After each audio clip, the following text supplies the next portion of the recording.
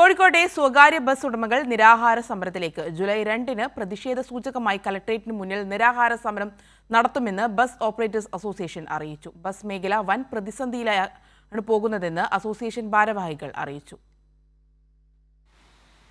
KSRTC ordinary ബസ്സുകളിൽ സ്ത്രീകൾക്ക് സൗജന്യ യാത്ര വന്നതോടെ സ്വകാര്യ ബസ്സുകൾക്ക് സർവീസ് നടത്താൻ കഴിയാത്ത സാഹചര്യമാണെന്ന് ബസ് ഉടമകൾ പറഞ്ഞു. ദിവസം 3000 മുതൽ 4000 രൂപ വരെ വരുമാനത്തിൽ കുറവുണ്ട്.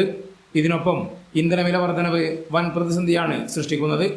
ഡീസലിന് സബ്സിഡി അനുവദിക്കണം, വിദ്യാർത്ഥികളുടെ ചാർജ് വർദ്ധിപ്പിക്കണം എന്നീ ആവശ്യങ്ങൾ ഉന്നയിച്ച് ജൂലൈ 2-ന് കോഴിക്കോട് കളക്ടറേറ്റിന് മുന്നിൽ നിരാഹാര സമരം നടത്തുമെന്ന് ബസ് ഓപ്പറേറ്റേഴ്സ് അസോസിയേഷൻ ഭാരവാഹികൾ അറിയിച്ചു. നമുക്കറിയാം 30,000 തൊഴിലാളികൾ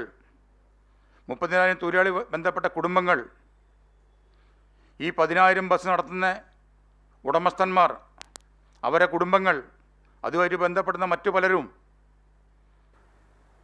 പട്ടിണിയിൽ നിന്നും പട്ടിണിയിലേക്ക് പോവുകയാണ്.